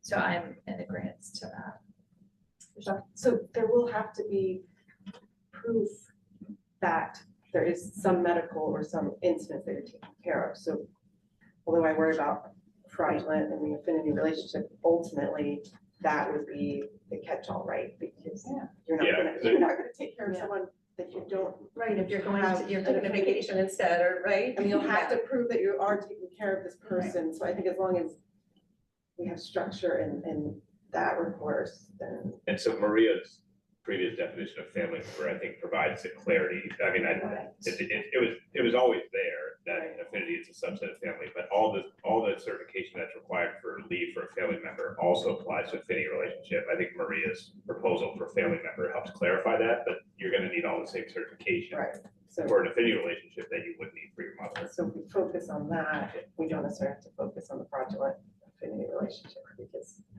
I'm not gonna just go help. Okay, I might, but the majority of people might not help in strange. And Lou, you would, I thought you had said before about like the stats from other states about the percentages. Yeah, and again, it's something that's incredibly important for the people that need it. But in terms of total claims, it's not ripe for fraud, because we're talking well less than 1%. It's 1.8% of 12% of claims. So 0.01% of claims is going to be for an affinity relationship. And also for the people who need it in their time of need, it's important to have low barriers, I think. Yeah, so that, I mean, that's where there's, maybe for the insurance companies, there's some. For the people that are afraid, I mean, I think that's what people are afraid of with that definition. Being squished. And that hasn't played out. Even Connecticut's the one with the squishier definition. Oregon's got a little bit more guardrails. Connecticut is the one with the squishier definition. And that's their stats. It's 1.8% of 12% of family claims. And it's been how long have they been in motion? 2 or 3 years now, claims, yeah. I wish Joe was more comfortable, and that's giving me heartburn. And I, I'm fine with everything but, not opening up the number. That's just me. If she was comfortable, I'd be comfortable. And I'm not speaking to the number, I just am speaking to what we see as a challenge for adjudicating claims and, and the kind of guardrails that help prevent appeals. And- Yeah, and to my point, I'm already inky with the affinity relationship. If you were comfortable with the definition as was written in this, then I'd say, yeah, open it up. It might, but that's just me. Yes, Sorry, I still have a question. Can someone remind me where we landed on bereavement? Is bereavement covered at all? Agreements on the statute. Okay, so, all right, so if I'm a caregiver and so everything stops when that person dies. Because that's when you get in trouble. It's like, that's when you're like, I gotta fly here and here's the funeral and here's this, blah, blah, blah. In terms of providing family leave, yeah, I would imagine. I mean, I think you could probably make a claim for, it's not bereavement, but I mean, I wonder if there'll be claims I related think there to will be. That's my medical, point. but I mean, that's acute stress disorder is a medical diagnosis. So I would imagine there might be a medical claim related, separate medical claim for acute stress or acute trauma. Well, because what I see happening is, I really need to leave for my family member. Oops, they died over the weekend, right? And so you never started the leave, but yet now you need to fly somewhere to go take care of stuff. Yeah, I think they would have to if they wanted to take a separate claim for their own medical leave, I think their family leave would be changed at that point, yeah. So when you get to the part where you're having an administrator for this, they will be lenient in that regard, probably. In what regard, sorry? Well, like, it's a death, not just a caregiving anymore. I'm not sure. I would have to say no, bereavement is not covered. Yeah. By statute. Okay. And so, Yeah, it would yes, be an yes, automatic. you could go to your doctor and say, I am distraught. I need time off. My doctor could write me a note, but that is the process. Yeah. It would not be because. It would not be a continuation of the family claim, yes.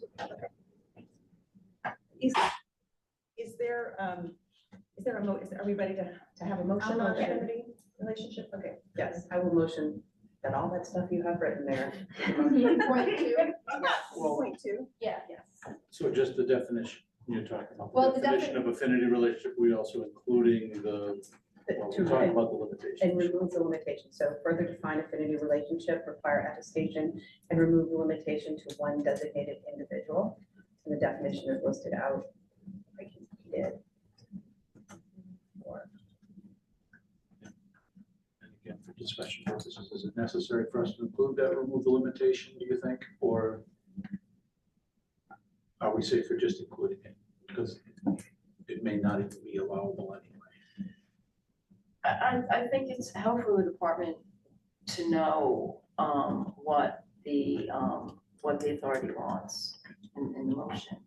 And I think the motion, so to clarify, the motion is, remove. I have one thing I wrote 5 seconds ago and I can't read it. So it's the Oregon definition, remove the one individual, and there was one other thing. Require attestation. Require attestation, okay. And can you just say for the group, attestation, is that simply employee putting their signature down, or is there some sort of notarization or something like that that would be required in an attestation? I think it's under oath, but not notarized. Am I right, Nancy? Yeah. So they have to like go to the town office? No. You don't have to go to No. the town. Okay, You just have to sign it, I like, gotcha. it's more formal, I guess. yeah, okay, It's like, I'm certifying this is true. Yeah, okay. okay, so we have a motion. Is there a second? So- Tina, Mhm. seconded. Further discussion? The only further discussion is we can't change anything in that motion. I'm fine with everything but the number. And the only reason that I did not say I can increase the number, Joan It's Joan's fault. It's Joan's fault. But I'm good with everything else. Okay. But that means I gotta vote no, right? Yeah. And that's Okay. And your that's your- prerogative, yeah. Call the vote, please, thank you. Authority member Latalia, Yes. authority member Cotnoir. Yes. Authority member Gutierrez, Yes. authority member Corey. Yes. Authority member Barber, No. authority member Conroy, Yes. authority member Washburn, Yes. authority member Bonnie, Yes. authority member Tilton Flood, Yes. authority member Smith, Abstain. authority member Cohen, No. authority member Grant, Yes. vice chair Height, Yes. and chair Fox. Yes. Motion passes. Okay, in our short time remaining. Other proposals, I mean, I think we should kind of get to, if there's something that folks want to vote on today. I just, what I think would be helpful for us, I know there was some discussion on counting the 15. Yep. It would be very helpful for the department to know where you all stand on that, because I think that does affect different businesses differently. And I think there's gonna be winners and losers of any system, but I would. Okay, Michelle has something to say about that. I just, although I understand what your proposal was saying, I just not sure everyone understands the extensive turnover and seasonality of part-time employees in a business in our industry. The snapshot with payroll really affect your numbers depending on the time of year, but someone's gonna be counted that has a dishwasher that may be left after a day. And so I'm now 16 person or 20 or 30, when really I only have 10 or 15, I could go under that 15. I just think that needs to be considered. And I liked what Tina said last time for us changing the date as well. I would love to recommend that. It's October 1st, but I don't think people realize that our season, October's as busy as July, if not busier. End of October, I don't know if that's something. Michelle, can I just ask, so it sounds like you're concerned about the snapshot, which I am as well. It's like if you're just looking at one day in the year, that, I mean, depending on what time of year, right, you're counting. So are you proposing that it still be a single date, but a different date, or? I liked what they had, but just moving the Moving date the down date. to the 31st. Even though it's just giving a snapshot on What's better than the calendar. payroll snapshot, I think that you were saying, the payroll snapshot, I think is worse. So you're saying it's a 20-week average? Or maybe I'm confusing. No, if you have a 20 weeks, if you have 15 or more employees, or 20 or more weeks out of a calendar year, then you're Oh, so, an okay. employer that's, large enough to. So let's say I take, so I take the calendar year 2024, and if in 2024, I look at, I'm showing the practical nature of this, so Yeah. I would look at every week of my payroll, and I would have 12 employees, 12, 12, 13, 13, 15, 15, maybe into summer. And if any 12 weeks during the 12-month period, I have more than 15, I'm now in the 15. Yes, or the prior calendar year. I mean, and this is the way that it's done for, to determine whether an employer has 15 or more employees under the Civil Rights Act, and it's also that this payroll method is also used for the federal family and medical leave. It's not for employees, but they look at that so that it's not, just one day, it's like, what size are you really, 20 weeks, not 12 weeks. 20, Yeah, sorry. that's, Okay. 20 weeks. So 5-month period. But it doesn't have to be sequential. Doesn't have to be sequential. It's just 20 weeks within if you're gonna use the definition of the prior year. Right. As an example. So it would hit, seasonality in certain ways. It would hit multiple seasons too. Like, so potentially, you could have like an agriculture, you could have 2 seasons, right? versus like hospitality where it's just, June to October is really our season. So moving the date can be problematic for agriculture because then you're picking winners and losers, depending on, if you're a Christmas wreath. Yeah. You're gonna get nailed for that date, not, yes, on that date, if you move it later in the year.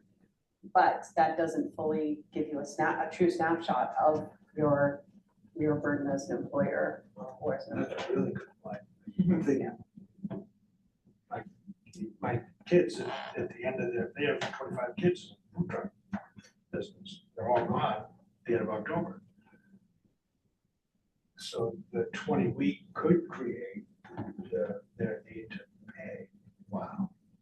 Well, maybe you're right. I mean, if that food truck and they had more than 15 employees on a set date of October 1st, as current rule would say, then yes, they have to pay the full 1%. If you took that snapshot date on December 1st and the food truck was closed on December 1st, now they have 0 employees and now they don't have to pay their their 0.5%. So is that fair when, to just look at one date? Like you said, there'll be winners and losers, and will there be unintended consequences of, I know the date is, October 1st, and I'm just gonna deal with that, I'm gonna fire everyone by September 30th. I mean, the other thing, we could consider other things if we took out like H-2B visas or maybe part-time, that might help. Yeah, counting only those who would be eligible for the program. Correct. Well, so Which the, they are eligible. yeah, the way Oh, the program's written, the H-2B visas are in. Yeah, Well, then, and part-time is in. Part-time is in. I'm just, Yeah, no, I know, what you're saying. I mean, I don't think there's not an answer here, like we said before, that's gonna please everybody. I'm just hoping we take into consideration all the potential issues and not just the, 9-to-5 company that. Yeah, Jenny. So as a not 9-to-5 company, I think that is much, that what we're trying to figure out is not how many people work there, but whether or not the employer is the employer of 15 or more employees for a lengthy amount of time throughout the year. And I think the snapshot version gives you a better accounting of that. If you do have 20 weeks of more than 15 people, then your role is the employer of more than 15 people a good portion of the year. That's them's rights. It's not unfair, and it is far more equitable to the employees and the employers and your peers. And if the employees are students. Then they have 2 jobs? No, students. I mean, if they're in the work-study the work-study program is excluded, but if a student worked another job. Or has they're not wages for the excluded, right? university, not work under work study, like if you work at the cafe and it's not work study, like you're getting actual wages, you're in. Then you're in, You're right? in. So students, Under federal work study programs, which is just student workers. Student workers They're for the workers. summer, who are working in the food truck. Yeah. Right, They're in. they would be in. If they're still working on October 1st as they're fine. As it's currently proposed, right, yeah. As it's currently proposed, but that's why I want to hear it. or I we wanna guess hear it, but, yeah. Sarah? Just had a question, sorry. There's no carve out, right, like there is for federal FML, like by location? How do you mean, sorry? Well, with federal FML, it's the whole if your locations are more than, 75 miles apart? Yeah, and then you don't have to count that location, it counts as its own. And so if it only has 2 employees, you're not covered by it, as opposed to, even though it's the same employer, you get to carve out by location. Yeah, I think we were talking last time about clarifying the 15 count, it's by federal EIN, so we were discussing last time. All right, thank you. I just want to come back to the food truck. So if there are 15 college students working for the food truck, they're covered. Even if there's 12 of them, they're covered. It's just whether The employer has to Tyson has to pay the 0.5% on those, or is it just the students that contribute to their coverage? Oh, good clarify. Yeah, sorry, I thought you were asking about, do you count them October 1st? Yeah, Yeah. so thank So you. they're in. Yeah. they're They're in, it's just how much is the premium? Yes. Right. Is it only their 0.5%, or is it the full 1% that's half Tyson and half the workers? Yeah, right. I was thinking that. So 2 questions about that then. How many more or less employers do we think we're gonna have if we just use a no date? Say at any time during that calendar year, you had more than 15 employees. Number one. Number two, how are we validating, how is the department validating, verifying the number of employees they had? Is there some independent reporting, wage reporting, some other verification? I mean, I understand the 20 weeks, you know, it's hard to argue, I'm not gonna move it around, but if the rule were, if at any time in that calendar year you had employed more than 15 people, you're an employer of 15 or more. For that, I like it. Period. For any amount of time in that Any amount. calendar year, how many more employers, and this is my ignorance of the agricultural environment and so forth, or anybody that might want to play the game, how many more employers are we really talking about that said, oh, shoot, you know, I had 15 today, but not at any other time during the year? I mean, we're looking at something that's very, very finite, I think. I don't know. You have an opinion. I'm very concerned about that.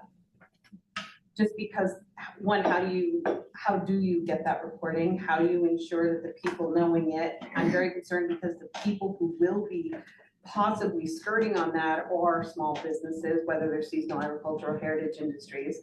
Does that include the one-time event that your company is putting on or your small business is putting on?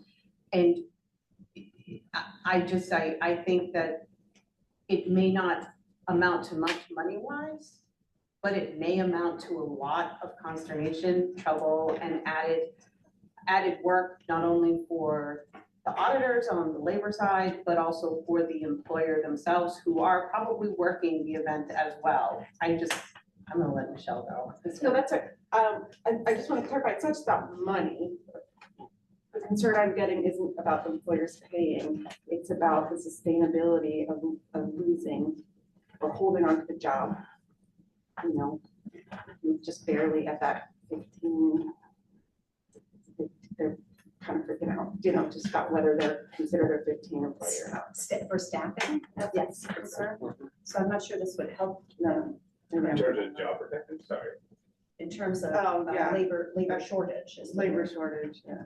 I I guess guess that's- taking the leave, I think it doesn't. Yeah, okay, 15 that's on fair. This is only for premiums, if you're paying the 0.5% of employers, sorry, everything got it. else is, yeah. Sorry. No, it's a good question, though, to Yeah. clarify, just if there's thoughts out there, the job protections, regardless of Regardless of company, the size. yeah, Okay, company okay. size. Yep, thank you. All right, we're approaching 11 o'clock. Is there a motion? I'm in favor of the 20 or more weeks, and the reason I am is because I think that if you only have more than 15 employees for 4 weeks out of the year, that doesn't seem like you're really a more than 15 employee employer. So if it's, so using a 1 point in time, I think creates disparity. And so I wouldn't want employers to feel like they're being, number one, to like try to game the system, but not even that, just like, you know, it's not fair. Like, why is it October 1? That's random. Why did they pick that date? So by doing 20 weeks, now you have, I think, leveled the playing field for an employer that they are really a 15 or more employer. They are, you know, if 20 weeks is a long time in a year. And I still think it hits most seasonal. I mean, I probably have 15 or more, I'm on the edge, but I probably have 15 or more employees for 20 weeks because our season's long enough in hospitality that I do start ramping up at those times. So, so I don't know, I just think it's like a one, seems very just, one date just seems kind of random and hard to justify to people. So I think, and jump in if what I'm saying is correct. I think October 1 came from, it's the first day of the last quarter. And the feeling was you start paying premiums on January 1st. So that for ADP purposes, that you have a number, and you know what that number is, so that it's not December 31st. So that was part of the thought process, and the thought process of a static date was, it was easier on both sides, easier administratively for the department and easier for a small employer. To any county, you know, many people work that day. But I mean, in terms of, if you're saying, if you are saying the 20 or more weeks, I think it's a problem saying the calendar year ending December 31st. Yeah, it's a good question. I because, think like, we want to make it the calendar year proceeding, ending September 30th. okay, or calendar year. Or 12 ending months. June 30, yeah, but you don't want it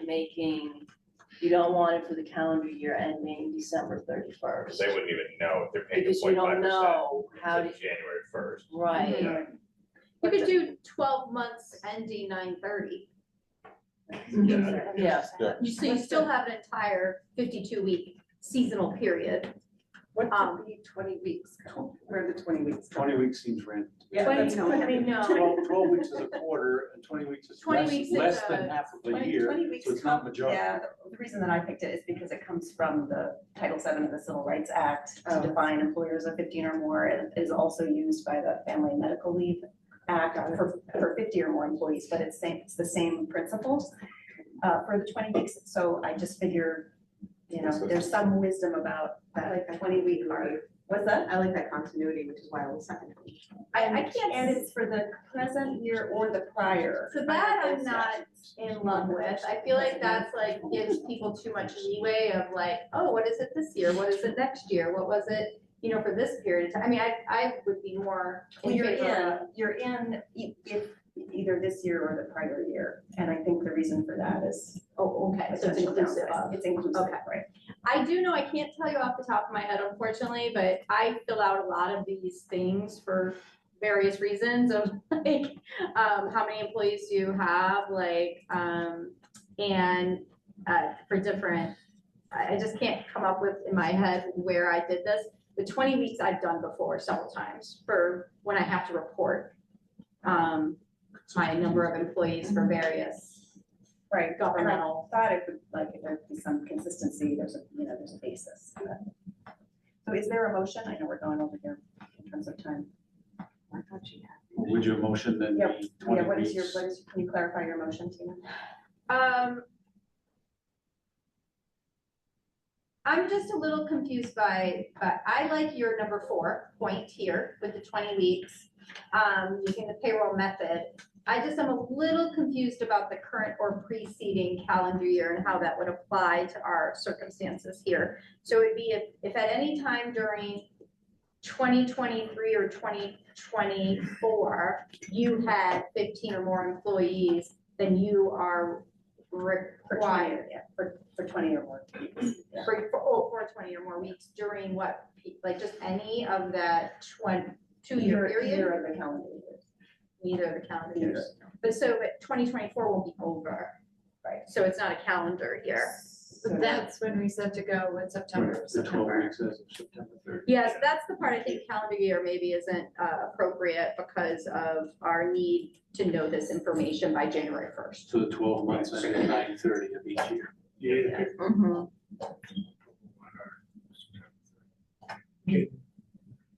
We're gonna need another meeting. And I think there's a few questions on this, I know that I have, can we pick this up? The problem is the July July 8th deadline. Yeah. So, I mean, if folks want to meet before that, I don't, We can read those. I think it's gonna be hard to find a date. It's next week. Like, we'd have to meet next week or the July week. Yeah, and I won't be available. Oh, you- Yeah, I mean, I think we should finish Sam the can motion. share. Do we have to have a motion or? I mean, I just want to make sure before we close out, if there is a motion that we can vote on, so we don't. Well, I think we could vote on this motion if we redacted in either the current or preceding calendar year. and instead made that specific dates. So 20 weeks, more than 20 weeks, 20 or more weeks between January 1, 2023 and September, or maybe September. I think October 1 Doesn't have to be to, used, it's October 1 through September 30. Yeah. It's gonna be Yeah. annual determination. so as opposed to saying current or preceding calendar year, we put in actual dates. Maybe the 20 or more weeks in either the current or preceding year ending September 30. Yeah, is this gonna apply to future years Yeah. as well? So, Right. yeah, so we wanted to make sure that that's clear, yeah. Does that work? So if the end of it, the last line would read, the payroll method considers the number of employees on the employer's payroll for 20 or more weeks in either the current or preceding year ending September 30th.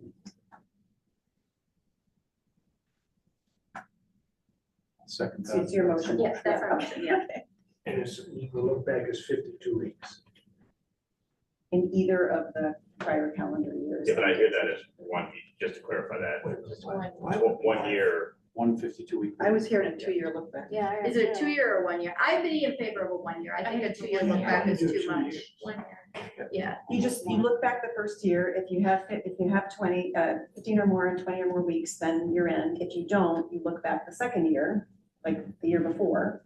And if you did at that time, then you're still covered. Do you have to Yeah, have that's 2 that's the way this years? method works. It doesn't have to be what. we Do you have to have the 2 years? Yeah, why do we have It seems 2 years? confusing not the 2 I'd be years. in favor of just 1 year because I feel that, I think small business especially, which is a big chunk of our state's economy, has very variable years.